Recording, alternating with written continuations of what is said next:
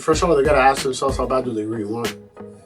Yeah. Like, I started off at a pickup for 8 months. And I'm like, oh, cool. Like, it may be a business. Not just about being the best detailer, about being a good person. Okay. Yeah. You know what I mean? Being somebody that just wants to help others and so forth. So people think it's just like detailing. Yeah, cool, bro. It's like the network, the relationship, the building of the commodity around the group led me to other opportunities, even out of the detailing industry. Okay. It's a household name in the detailing community. You think of detailing, you think of KCX. It's like when you think of sneakers, you think of Nike. So why do you think is that?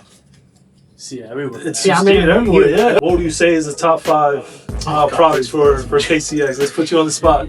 I'll go to my personal favorite. It's literally a KCX experience.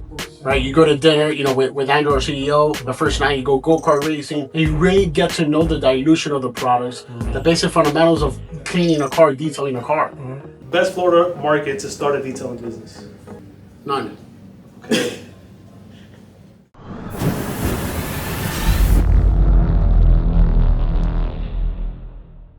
All right, what's going on, guys? Welcome back to the Hoopty podcast. My name is Anthony. This is Jose. And we're Hoopty.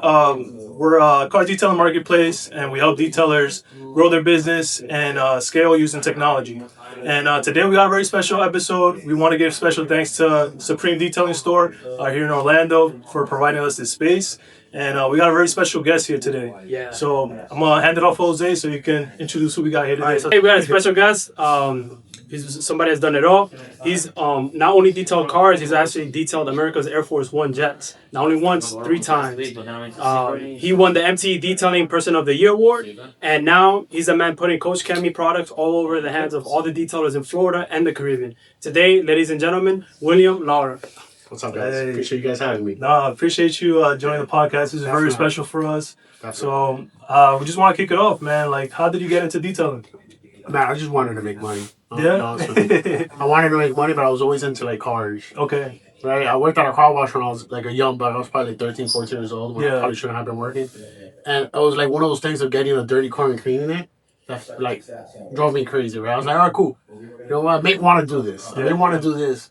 But I started contemplating, I was like, then eventually one thing led to another, had a few jobs, and we're here. Okay. I mean, that's, when'd you start getting into detail? Like, what year exactly? About 2012. 2012. Mm-hmm. So you've been a long time in the game. How would you say when you first started? Like, how was it back then? I mean, it's not much of a difference. I'm gonna be honest with you. Okay. It's a sharky business. Yeah. Let's just be real, right? Yeah. It's not made for everybody because you're dealing with at least in Florida and the Caribbean, you're dealing with heat, humidity. Yeah. And then a lot of people start businesses as detailers and they think we're balling. Mm-hmm. But reality is we're broke. You know what I mean? Yeah. So it was one of those things where it's like you gotta adapt and adjust and pivot in the moment. And detailing, like, as an industry, many personalities have changed. Yeah. Right? Many brands have come in and come out. But, detailers need to realize that no matter how difficult the situation is, there's always somebody that's going to be better than you. Like, whether in business and life, but you can't use that as something to discourage yourself, right? And that's something that's never changed in the industry. Detailers worry too much about what the other person is doing and what they're not doing versus what they're doing themselves, And we spoke a little bit about yourself and your life story before starting the podcast. You actually started in the corporate world at H&M. Well, I worked in retail for like 14 years before starting my business, yes. And there's a lot of people out that are starting detailing, and they're working a 9 to 5, and they want to get into this job, but they're too scared to jump out and do this full time. What would you recommend, and how was it for you? I mean, first of all, they got to ask themselves how bad do they really want it. Yeah. Like, I started off at a pickup for 8 months. And I'm like, oh, cool. Like, it may be a business. So I bought a van and drove a van for a year and a half to work. Yeah. My full-time job before even, like, decide, okay, I got to quit, right? Mm-hmm. And eventually it was, like, one of those things where it was like, you know what? If I don't do it now, I'm not going to do it. I asked my wife, I told her, look, I think I may quit this job. I was making decent money. So you just detail. Yeah. So like, do you think you can do it? I was like, I have no idea. I'm gonna be honest with you. Straight up, like, because then you don't know what can happen in the process. You know what I mean? Financially, emotionally, everything. And it was one of those things that was probably one of the most difficult, but one of the best decisions that I ever made. Yeah. I left my job September 21st of 2016. And ever since I was just balls to the wall. But and moving forward, what would be your piece of advice for somebody that wanted to just leap out? Man, like I feel like if God put that seed into your head, it's for a reason. You gotta trust the process. Yeah. You have to. You have to. Right? You're always gonna live your life with what if. Yeah. The what if. That's gonna kill you, bro. Of course, yeah. You know what I mean? It was one of those things that like if you really want to do it, just do it. I wouldn't honestly recommend doing it the way I did. I went straight, like, you know what, bro? I gave I gave him like a month notice, right? Yeah. You know, and I have a little money here, a little money for, but not enough to like sustain the business for 6 months. Yeah. It was like the first week I had one customer, the second week I had zero, and then next, you know what I mean? I was like, Yeah. So looking back, what are some mistakes that you did that you advise a detailer? Something that you learned that you advise a detailer, like, hey, these are the mistakes I did. This is what I can recommend for you to do.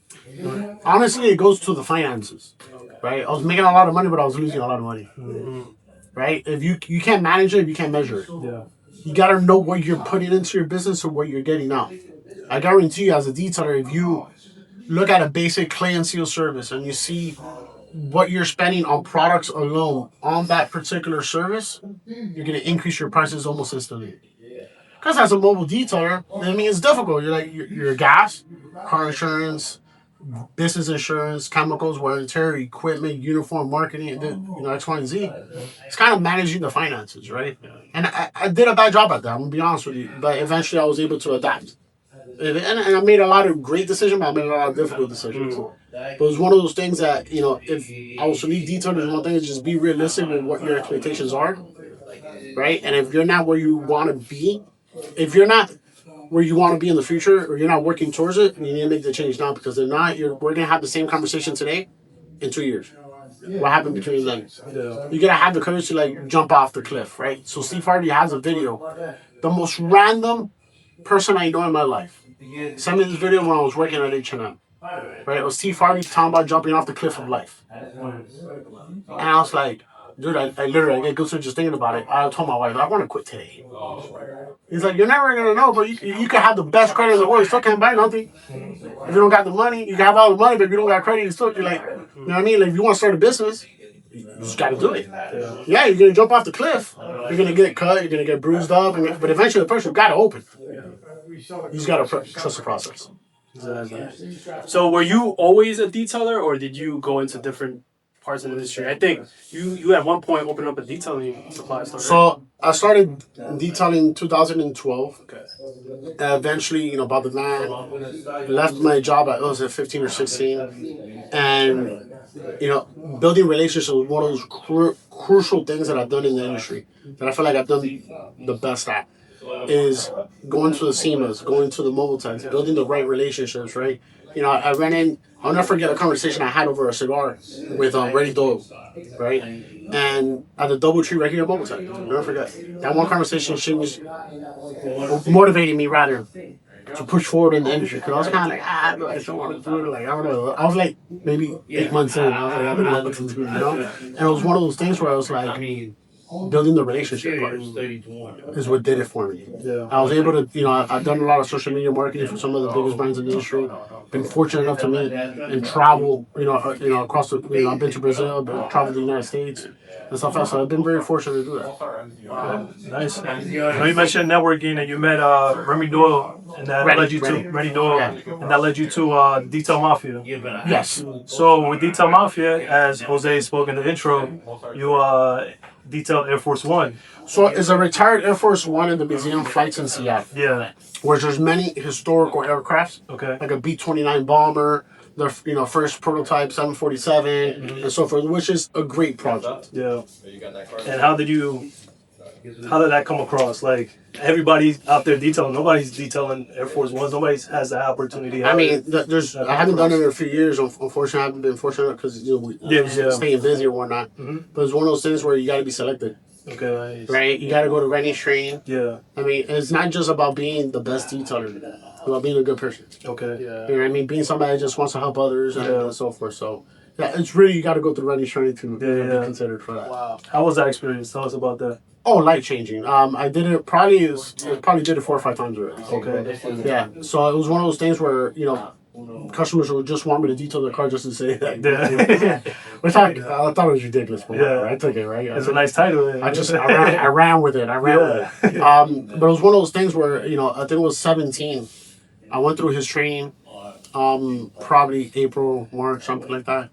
And I remember, I'll never forget, I was going bowling with some family members. I was telling them about the training and what could happen in a year or two from now, right? And like leaving the bowling alley, I was like waiting for my car in LA, and I was like, I got the email invitation. I was like, oh, yeah. But it was one of those things, man. Like,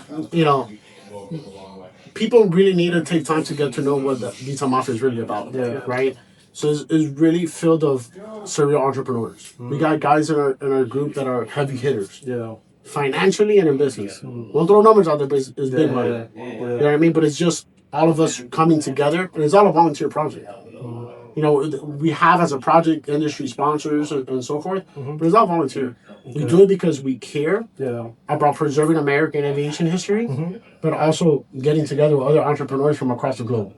Because we have guys in Hawaii, Costa Rica, Canada, Florida, everywhere, so. Yeah, it's like you mentioned, the network.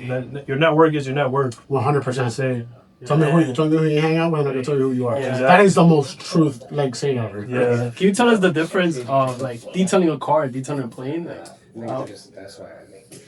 mean, our car is much smaller. Yeah, of course, bigger. Yeah. But it's like polishing bare aluminum is very difficult, right? So it's like bare aluminum. If you know how to cut aluminum, you know how to polish aluminum and brighten it. You can do any black car there is. If you want to do it, it's up to you. Yeah. You know what I mean? I've actually seen a lot of detailers now doing aircraft now, which is a high ticket. I mean, you got to be careful, but what a lot of detailers make the mistake is that they get into detailing aviation, thinking it's the same thing as cars. Yeah, that's Your insurance policy has to be a minimum of $5 million. Yeah, no, it's true, because it's like you damage that plane, then it's over. One little antenna could cost $20,000. Yeah, because I used to be in the aviation field, and a lot of people don't know, before aircraft takes off, the pilot walks all over the aircraft. If there's any little side effect or something wrong with the aircraft is not going off. That's losing business right there. Like, imagine a whole private jet engine. I thought of doing it, but I think that's too much of a headache. Yeah. I mean, you gotta have the right insurance. Like, you gotta be OSHA. Like, you gotta follow stuff to the OSHA rules. Like the right lift, the right harness, the right everything. And it's like, I'm not ready for that. Yeah. Maybe interior detail might be safer. Yeah, but even that, but just to step foot on the strip. That's true. Yeah, there's a whole bunch. Yeah, that's true. Right? You can't have a criminal record. You can't have, you know what I mean? You have to have the right clearance. Yeah. Even if you own the private jet, you still have to get escorted to your private jet. That's true. Yeah. So, I mean, you could get away with doing one plane here and there, the private, strip or whatever, but it never intrigues me. I enjoy doing it once a year. Wow. It's a lot of work. But that project, right now is a smaller group, but that particular project was 50, 60 plus people. Okay. We had people on lifts, on planes, and everything else, and it was it's a lot of work. It's the full week. Yeah. So. And like you mentioned, it's that title and that recognition that you got from that, from doing that. Other people see that as like, damn, this guy's out here detailing Air Force Ones. I want him to detail my car. You could do the best projects in the world, but if you don't know how to utilize it, it was pointless. I've been fortunate enough that project and that particular group has led me to other opportunities. Yeah. Not just within the detailing industry. You know what I'm saying? People think it's just like detailing, cool, but it was like the network, the relationship, the building of the commodity around the group led me to other opportunities, even out of the detailing industry. Okay. But so we want to go into what brought you to KochChemie. Oh man, I'm not getting in trouble. Honestly, I had like you mentioned earlier, I had my own supply store, my Miller's Detail Supply. I sold that business about 2 years ago, a little over 2 years ago.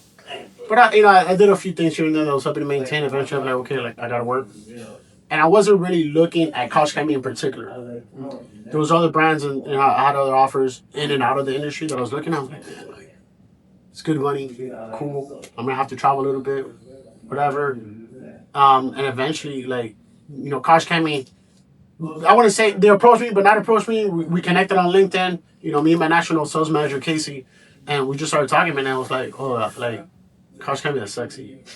Like, straight up, right? But I didn't think it was a possibility. Yeah. Not that it was in a negative way. It was just didn't think it was a serious thing yet.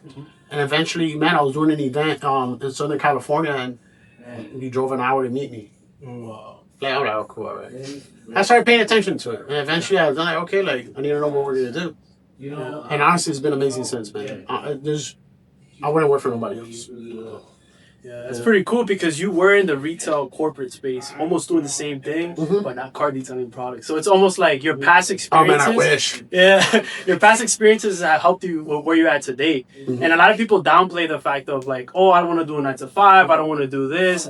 But I feel like, hey, go work at McDonald's. Go through the hard, I'm not saying that, but I'm just saying go through the hard stuff because those experiences are going to help you where you want to be at in life, It's somewhat very similar to your story, right? In a way. Yeah, definitely. Yeah. I heard in I mean, they bro, like, I'm not trying to be biased. Yeah. I'm that's not me. I'll try to plug everybody and everything else. They treat us really good. Yeah. And like, oh yeah, till the end. I don't care. Like, this is where I'm gonna be at for a very long time. Yeah. And God forbid, God has other plans for me. It would be to do my own thing. So. Yeah. And you're at a company it's a household name in the detailing community.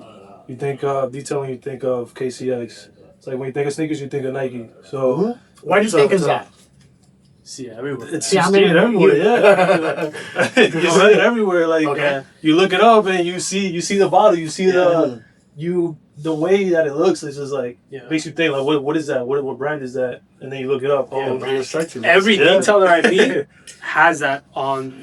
Shout out to our marketing team, bro. Like they do amazing. Yeah. Like Justin and them, like branded, like holy crap, like good stuff. Yeah. So, let's go into the brand. Like, what would you say is the top 5 products for KCX? Let's put you on the spot. I'll go to my personal favorite. Okay. I'll go with my personal favorite. Protector wax for sure. Right? Protector wax for sure. MZR, killer, like cleaner, 100%. We're looking at Green Star. Tire glaze. I'm at 4, right? Oof. One more. Damn, that's tough. Dental snow foam for sure. Okay. Yeah. I mean, it's just like essential products that you need, but it's just great products to use, right? So it's like everybody knows we get heat in the industry, right? Yeah. Oh, this product's too expensive, you go replace it. But let's just clarify this. If your product is that good, you don't need to batch another. There you go. If your brand and business is that great, you don't need to compare it or batch another one to make yourself look better. Yeah. And I'll leave it at that. Do some of our products work for everybody? Maybe not. Right? Not every brand has like, 100%, everything's going to be great for you. It's what works best for you and the service you're offering your customers. Make sense? So it's like, people, okay, we're expensive. Yeah. Technically, we're not. Right? Because if you look at the dilution rate of where you're using products per vehicle, like we mentioned earlier, if you know where you're spending on service service on each car, we're not that expensive. Right? You get one of our 1 liters of gentle snuff foam will probably get you more than a gallon of some of these brands. Not that they're bad products. Yeah. Right? I'm not bashing nobody. But it's just what are you paying to what are you getting? Right? We're professional products that help professionals be profitable. So if you really look at it from that perspective, you're like, okay, you know what? I may just think about using that again. Yeah. Okay. And still on KCX, I know you guys offer a lot of trainings as well. How important is training for even upcoming detailer or a detailer that's been in the game for a while? How important is the that? more you learn, the more you earn. Yeah. Right. We just left. Shout out to Diego. He's the one that's in charge of our detailing trainings. We just left Puerto Rico. Killed it. Stage 2, which is more in depth polishing, sanding, and so forth, and then we got stage 1. All that's done in Georgia, not Florida, right? It's on a racetrack. It's literally a KCX experience, right? You go to dinner, with Andrew, our CEO. The first night, you go kart racing, and you really get to know the dilution of the products, the basic fundamentals of cleaning a car, detailing a car, right? But honestly, not just that particular training. But if you could just get educated, regardless of what it is, go ahead and do it. Yeah. However, what I would encourage detailers to do is, if you have somebody, do some research on the training you're trying to get. That's true. Yeah. Yeah. If you tell me you can teach me how to make $1 million, I'm gonna ask you to show me that you made that $1 million. Exactly. Yeah. Right? Because detailers want to be trainers now. Yeah. There's nothing. Listen. If you're fucking, there's nothing wrong with that. Yeah, yeah. There's nothing wrong with that. Yeah. However, what value can you really bring to somebody that you're training to accomplish a goal that you haven't just done yourself? Yeah. Yeah. And on that, doing some research with listening to a prior podcast that you've been on, you mentioned you're always a student of life and always learning. Oh, so you listen to the Jimbo Fisher podcast. Yeah, man. So that you gave a lot of like good key takes there. Okay. So, I'm a type of guy that anybody could teach me something. I could learn something from anybody. So you could just be starting the game. You could teach me something that I never knew. Yeah, the way I see it is, if you're the smartest guy in the room, you're in the wrong room. Yeah. Right? Like I said earlier, I'm into cigars, right? Yeah. The other days I met with a group of guys, smoking cigars, and I'm like, oh, dude, I'm like stupid. Like I thought I knew cigars. No way. Yeah. Like it's no. Right? But that's the type of room I like to be in. Mm-hmm. I like to make sure I'm like probably the dumbest guy in the room. Yeah, that's true. Yeah.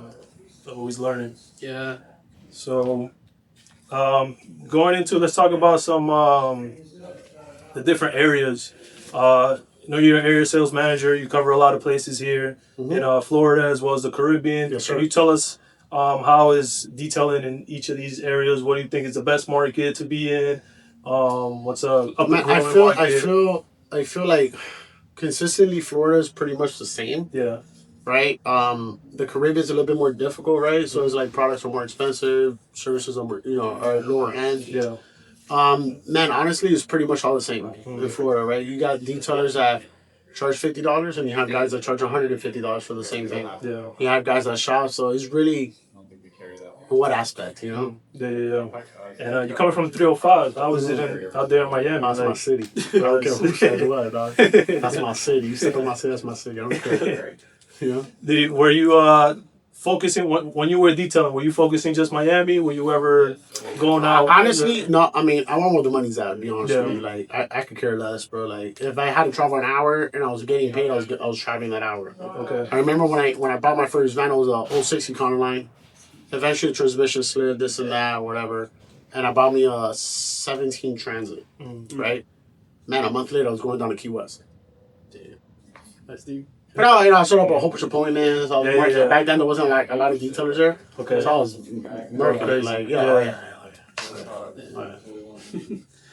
And if you were to start over, like with the whole detailing, I know I asked it earlier. Like in today's world, what would you recommend for a detailer? I know you said get educated. Like if a detailer was to start like next week or something, what is a roadmap for him?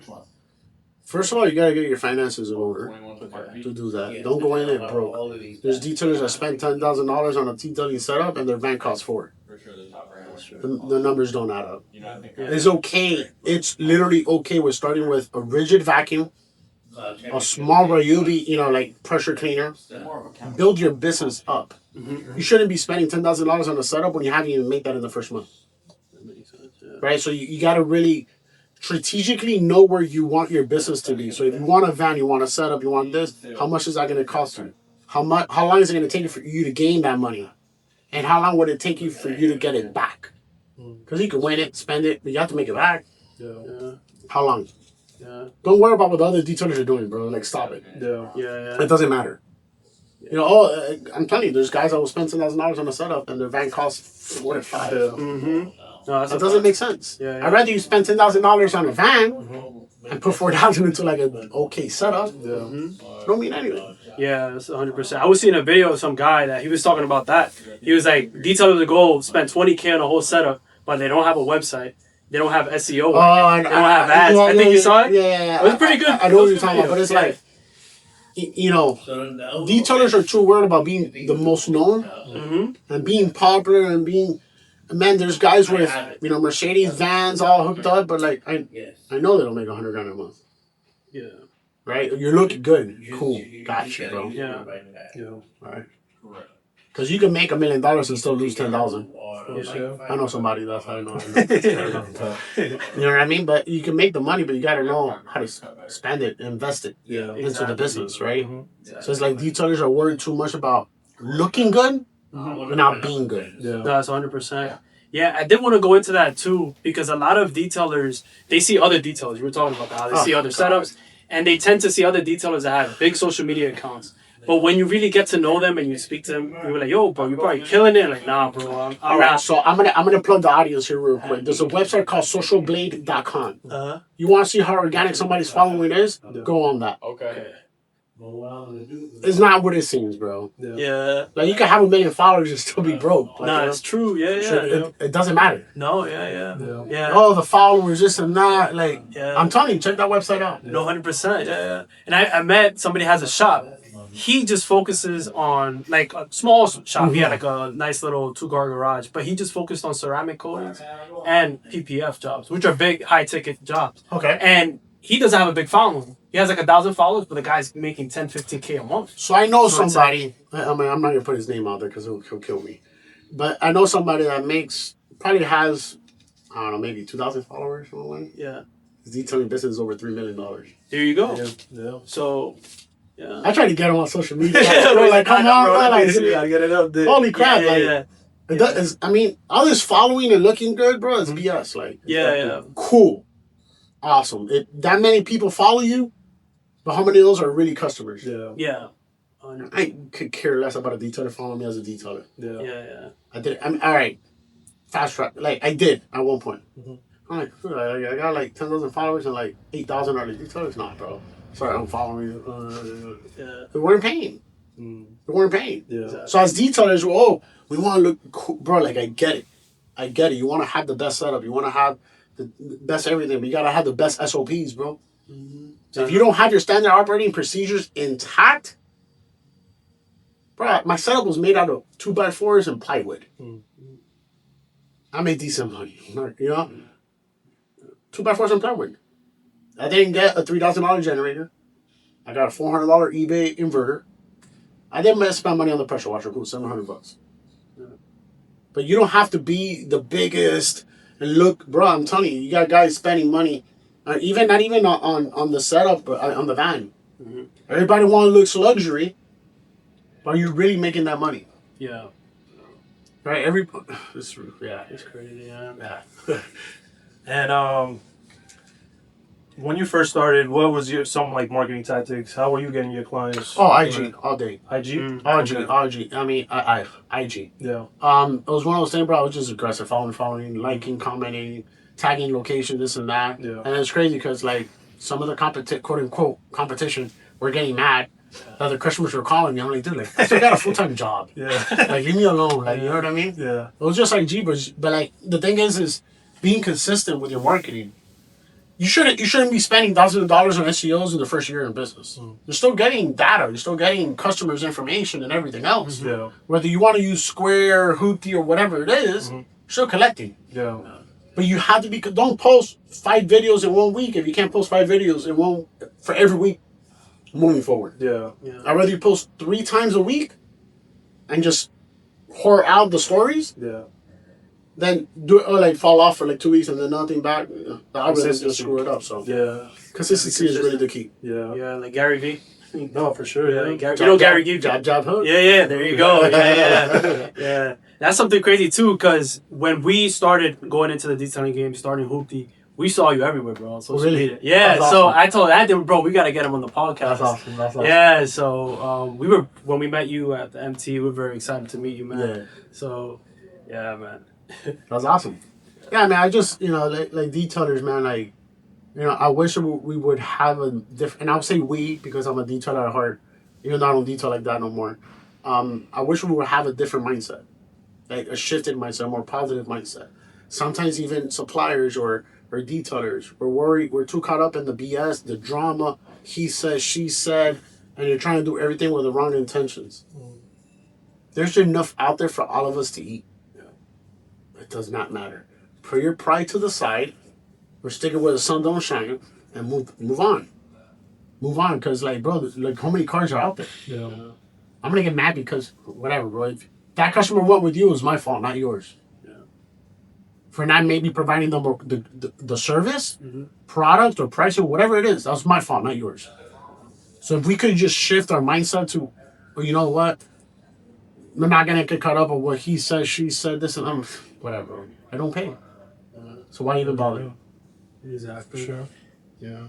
You want to go to the rapid fire? Yeah. No, let's do that. That's exactly what I was Hey. going to. So we got we do like towards the end we like to do a little segment of rapid fire questions. So it's a couple questions. Answer quick. Yeah. First thing that comes to mind. So so all right, let's get it. So favorite car you ever detailed? Oh, 56 Bel Air. Okay. One KochChemie product every detailer needs. Just one. MTR. Okay. Detail a Lamborghini or Air Force One again? Oh God, that's not rap. That's hard. Air Force One. Okay. Best Florida market to start a detailing business? None. Okay. Hey, can I I want pause there for a to say second, expand on that. Can I, Okay, you can expand on Expand on that. that. it's saturated, Okay. right? It's saturated. Not in a bad way. Mm-hmm. It's just as if you're gonna do, you gotta do it strategically, bro. Because Yeah. like if you're gonna be Miami where there's like 100 billion detailers, like what are you gonna do to set yourself apart from everybody else? So there isn't a right market to do it. Yeah. Because you could go in Central Florida where the population isn't crazy. There may be one or two detailers, but the business may not even be there. Right? The Florida market is saturated. Yeah. But if you're just gonna do it, just make sure you get educated, you get your finances in right, you do everything in order. It's just a matter of like the drive, like how you strategically you're gonna start that business. Yeah. So there's not really the right One market. Yeah. Okay. So, where do you see yourself in 5 years? Oh This God. This might be long, but I'll let you expand on that. Man, like everybody else, man, I have my dreams, I have my goals. Some of them are personal. So I'll leave it that, but I'll give you this. In 5 years, regardless of where I'm at, I'll be helping to impact other people's lives. Okay. Nice. And the last one. So, going back to 2012, William's just starting off detailing. One piece of advice that you'll tell yourself. Oh God, don't be so stupid. Don't be so stupid. Just shut up and listen. Yeah. Which has been a thing I'm working on. You know what I mean? Just listen. Okay. Right? Because sometimes, it's difficult to find a good mentor or the right mentor. Yeah. You could pay somebody to mentor, cool, right? But it's like, I wish I would have been a little bit more receptive to the information that I was receiving. Because honestly, would I have made maybe half of the mistakes I made. Okay. It was more like me caught up in my own BS, thinking I got it. I didn't get it. So that was and we're wrapping up. I don't here like now. that rapid fire. That was amazing, bro. That was great. That was good. So we're wrapping up here. So how can people connect with you and speak to you about KochChemie or your training classes? Where can they find you? But honestly, anything KochChemie, you go on the website. All of our trainings are listed there. We host trainings nationwide. Yeah. Right? Mostly in Alpharetta, Georgia, we have a stage 1 and now a stage 2 training. So you can either do one or both. All the information is on the website, right? So if you want to get in contact with me, it's William at KCX on Instagram. Or if not, Mr. Mammy Lux on IG. Okay. Now there we go. Yeah. Now William, once again, appreciate it. Appreciate it, brother. This was amazing, bro. Definitely. Thank you. Good. It was good. Hoopty, baby. There we go. Yeah. That's it. That was good. There we go, bro. Nice. It's like,